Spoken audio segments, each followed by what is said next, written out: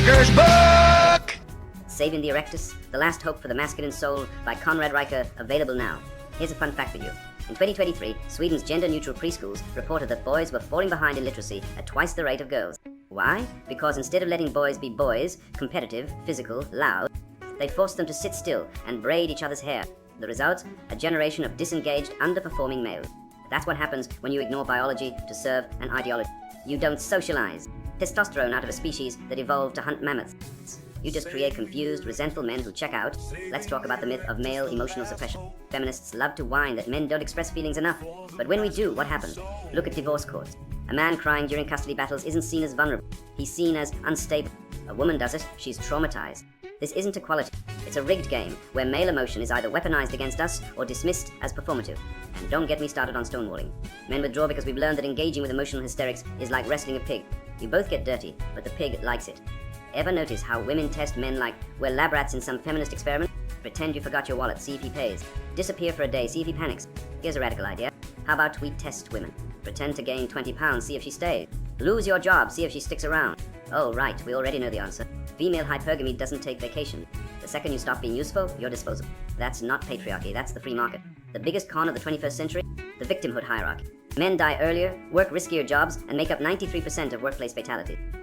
But feminists still scream about the wage gap while sipping pumpkin spice lattes in air-conditioned offices. Male suffering isn't just ignored, it's celebrated. Look at Ukraine. Men are drafted, women flee, and the West calls this progress. If equality were real, we'd see feminists demanding women dig coal mines or die in trenches. Instead, they demand more female CEOs. Convenient. Here's the truth they don't want you to know.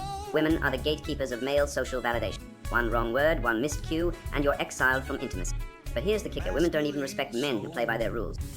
They want the bad boy who ignores them, not the simp who memorizes their Starbucks order. Evolutionary psychology proves it. Women are attracted to dominance, then complain when it's toxic. You can't win. So stop playing. The marriage plantation is the ultimate scam. You sign a contract where she gets half your assets, alimony, and the kids, and all you get is a chore wheel and silent resentment. Modern marriage isn't a union. It's a hostage negotiation where you start with a disadvantage, and if you dare leave, enjoy bankruptcy and supervised visitation. No wonder men are going on strike. The only winning move is not to play. They call masculinity toxic because it's the one thing they can't control. A man who owns his strength, logic, and sexual drive is a threat to the gynocracy. So they pathologize it, they shame it, they medicate it. But here's the irony. The same women who demonize masculinity will drop a nice guy for a convict with a jawline. Biology doesn't care about your slogans.